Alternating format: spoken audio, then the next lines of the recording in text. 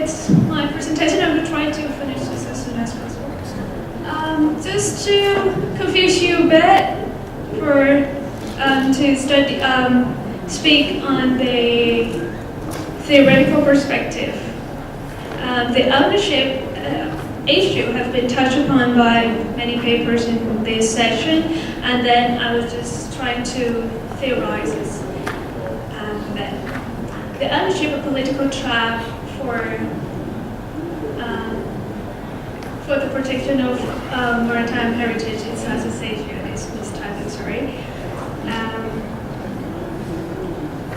And it's just a presentation structure that I will start with a conceptualizing concept and illustrating a very simple case, and then point out some challenges, and then puts one insight on the ownership use. How to use the ownership is quite tricky, and then to propose a new perspective or stimulate the discussion. The general concept of the ownership in cultural heritage. I have to touch the cultural heritage in general because the theory on the ownership of the maritime heritage itself is not yet well established. So then I will relate it to the cultural heritage in general. So cultural heritage as a political tool, as many of us know that the heritage often used as a political tools to create the modern identity for the nation, to create a new form of identity for the present people. So then heritage is a key for that practice. And then there's two ways of create identity. First is to create a strong link with material culture, where to see that you have been here for a long time and to continuously use the space.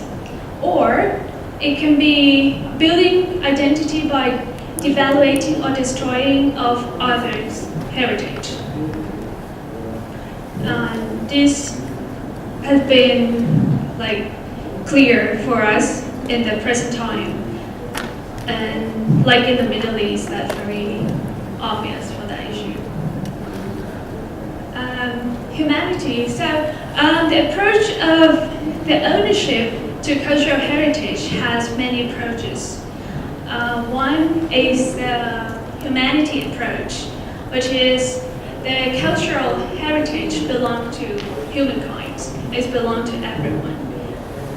To encourage, so the point to raise this approach is that to encourage everyone to consider the importance of the cultural heritage or the artifacts as the common past.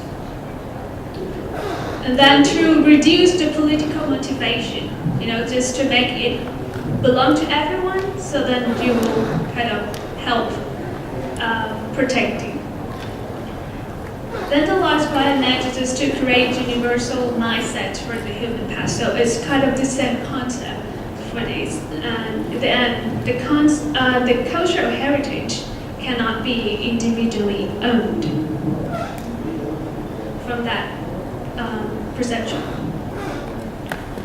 So we can see it's very often in UNESCO and other international conventions or treaties.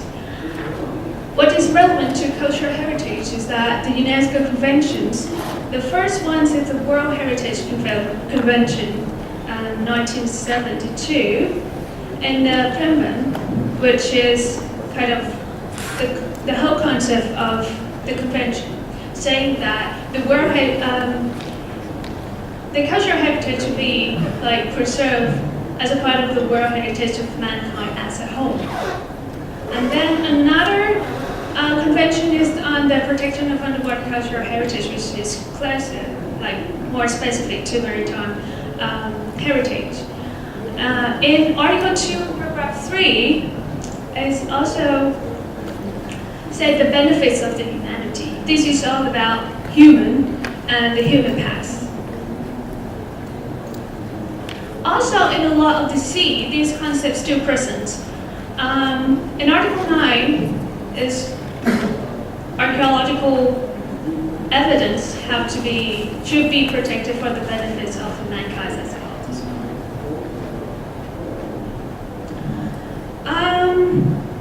Apart from the universalities of the UNESCO Convention and the International Convention that trying to frame the mindset for international norms, these approaches also support the private ownership.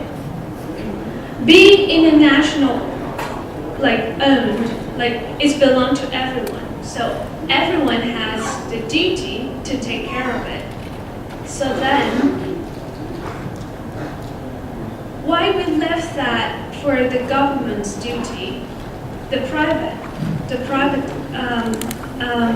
institution or the individuals should have duty on that as well. Whether it's a reason or excuse, I'm not going to clarify that, but humanity's approach also gives that kind of idea. The individual elements in the museum as a heritage rescued that have been said by many famous museums in the Western country. This is example of Cyrus Cylinder in the British Museum that I once, many years back, I have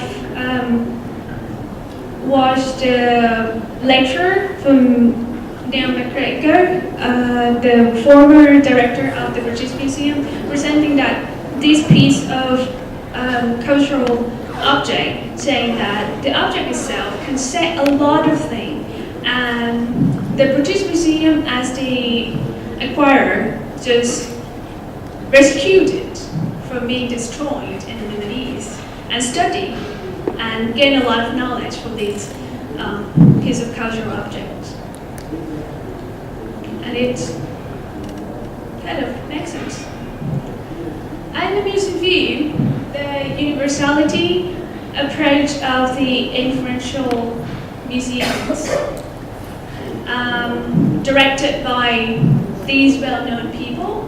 Some of them are former, but many of them still in the position. They have made quite a controversial approach to the cultural heritage protection by why the museum should own the artifacts. One point that I could classify, I think, from the interview and the information from people who own the cultural object, what is interesting for me is that many of them have a desire on the object. They see it's beautiful, they see it valuable in terms of market price, it's very high and it could make a lot of benefits. One guy here, Edward Marine, have interviewed to the New York Times as long ago, but these, I believe, concepts still present. He feels that when he touched the object that is the magnificent work of art of the past, he feels like so exclusive and feels so good about it. And then he likes to be in the auction houses to find good piece of art, buy it and sell it. I don't have a picture of this one, I'm sorry. But this piece is also what he brought from the auction house Sotheby for $2 million something, and then he almost immediately sold it for $3 million at that time, which is quite a very potential investment. Then, yeah, he sees it's like, again, it's fun together. And Thomas Herfing, the former Met Museum director, he also say, he tried to make the prestige to the private museum in owning the pieces that author cannot own, but only here. If you want to see this piece, just to come here. So it's quite a prestige in that sense. Yeah, it shows that these idea just focusing on the object and the aesthetic value and the price rather than other values. So here, who's decide for the knowledge? Mostly we have given the idea to the archaeologists who usually care for the context. So the archaeologists and other academic scholars, I believe, would think of object and its context to give them much more information of the past. Well, we could say that archaeologists is quite greedy for information. We never have enough of information. We try to keep everything, record everything, and yes, and that's the context is very important for knowledge gain in that sense. So I shows the pictures that, if you have one piece of artifact in the museum, it says a lot of things, like the technique of, the art firstly, and then the technique, how did it made, and you can compare it with the artifact that found elsewhere, and then you can draw like the connections between them. Or when you have a little context of how this light up in the big jar. This is from the bullet. Stephen is just like bored with this picture. It is that you see a little context of when the boat, many boats were placed together in one large jar. That's how it was carried in the boat and to go to places. But then that's it. The number of boats or jars can tell the lot of things as well. For example, it can say if it's a cargo, if it's a lot, it's probably be a cargo, but if it's just a few, it can be like just everyday use. Or if you see how the object has been distributed in the site, it might possible to answer the question of how the ship is wrecked and how, like so many questions can be said together with the context, not only the object itself. Humanity critiques that, although the concept has been widely accepted by international community, but it's not without criticism.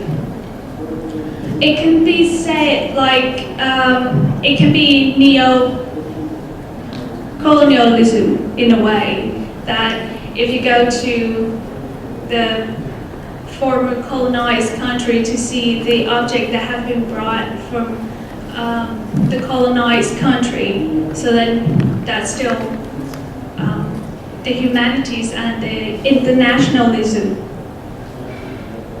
are. Another thing is humanity approach is quite ideal, is quite difficult to implement, so it's quite weak in terms of legal control in that sense. But anyways, it's framework and ethnic. The other approach is the cultural approach, which is from the separation of cultural history. When you say this is Thai, this is Indonesian, this is Cambodian, where actually the cultural heritage don't have the clear-cut border for that sense. So it's give a kind of nationalism. And also the request for repatriation is kind of nationalism approach, which is received from the cultural approach as well. Yes. We can see that from the UNESCO Convention 1970, illicit trafficking of cultural objects. Yeah. So it's saying the importance of the nation, and if it was illicit moved out of the country, so it should be repatriated back. In Thai law as well, we found many nationalistic approach in that. Section 24, 26, 22, 23, and 23 of yes. So these all the nationalistic approach. It's a battle because of so many principles that have been put in the claim of the ownership over one object. In legal perspectives, this is all working. So example case of ownership contested. In Thailand, we also we don't have the very remarkable case in Thailand, but we once have been, the site in Thailand was looted by Southeast companies as well, and that where the ownership was contested. The most serious one. Glen shipwreck with the Thai government with the Australian tide. But at the end, the ownership was not the result of this problem. It was resolved by the international law, by the sovereign. It was the jurisdiction protection. They have operate in the area that they cannot operate the work except they got the permission.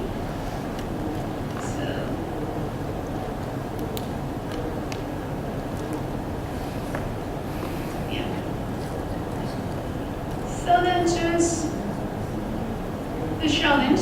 Like I said, there's no clear boundary.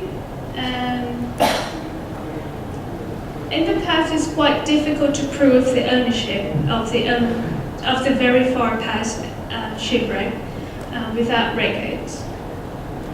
And it's various approach with the ownership as well. So just to be careful of, what's the purpose that you will use the ownership for. If it's for controlling your jurisdiction over the cultural property, or it's just means to the true protection of the maritime heritage, or it's just the desire of knowledge or the desire of object.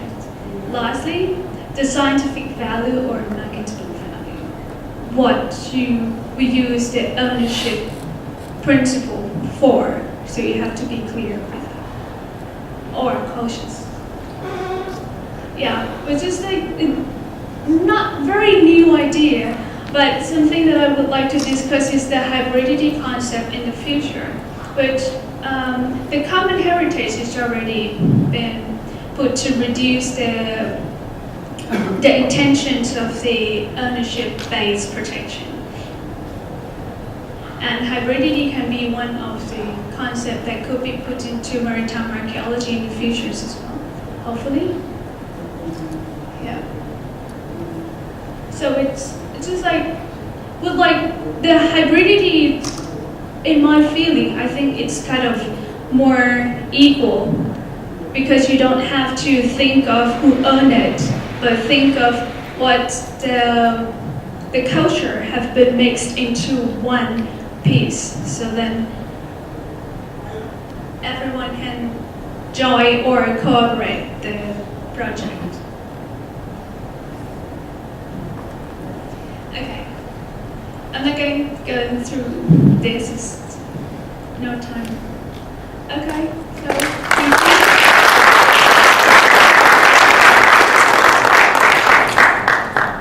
Alright, so now, what time is it now? Okay, we have 2 minutes for questions. Would you mind going back to the hybridity concept?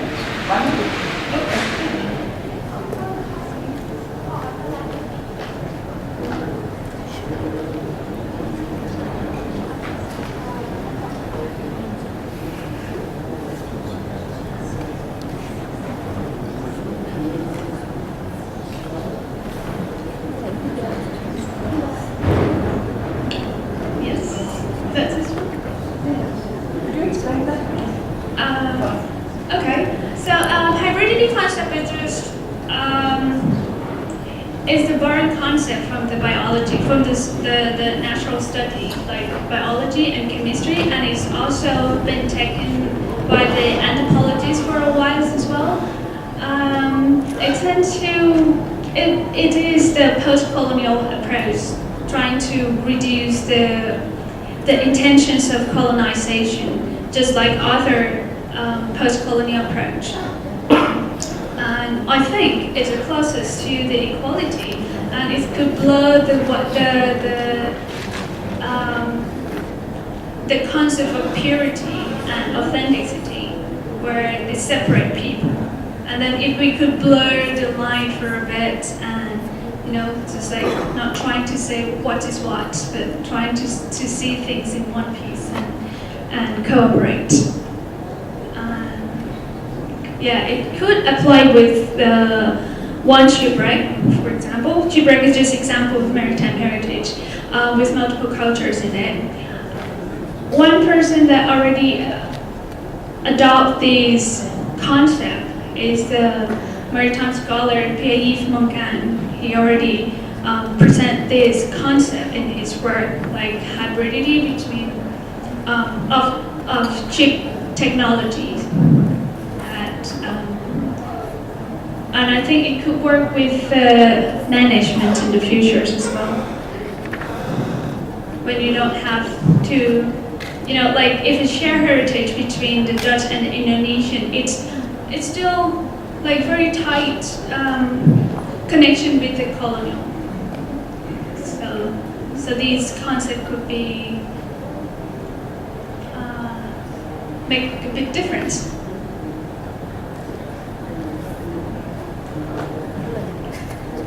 Any question for other speakers? I just don't have a question, but just to put a strong argument here in this room is that it costs a lot of money. And we don't have to forget that this is really a very, very different approach from any other cultural heritage, maritime cultural heritage. 3 million a month is a salvage per month. Yeah, so I think we have to also think about when we have certain approaches that also the money has to be raised somehow, and this has to be included in the concept as well. We didn't talk about this before. Yes, it could be in practice that when you got collaboration and then what you will put into the collaboration, human resource or the financial resource or whatsoever.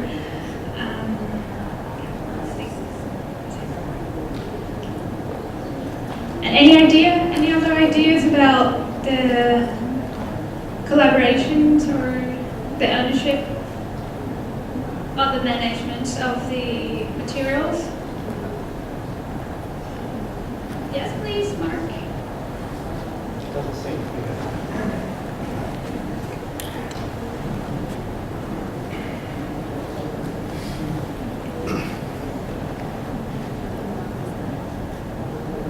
one of the balancing concepts to the concept of ownership is, of course, the concept of stewardship.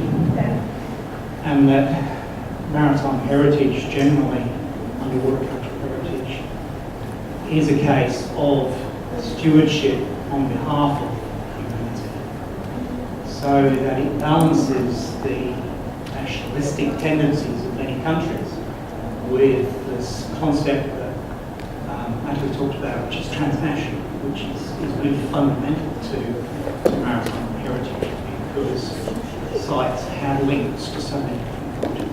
And I think, generally speaking, it requires that idea of stewardship to become very widespread. The agreements to recognise other countries, other nationalities, other cultures' interests on a regular basis is also key, which doesn't happen in too many cases. Australia has done it for 40 years. We've recognised that other cultures and countries have an interest in these things. And so I think there's some fairly good evidence to show that this has been and is being done by some of the more, stewardship is probably my balance to ownership. So that's just a comment.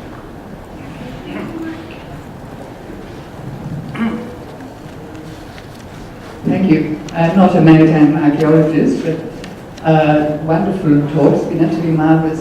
I work on ceramics, and it's over the years I began to realize we never hear about the sailors.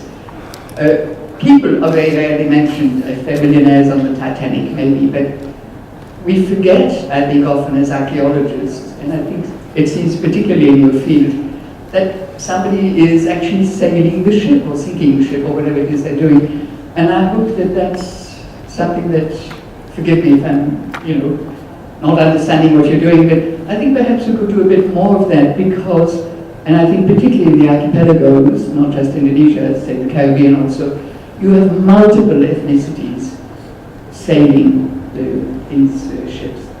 Just something I personally like to see more of. We're trying to protect the material culture with the context as well that could help, but archaeology in the way is destroying, we have to accept that, but what we have at hand would be the satisfying result.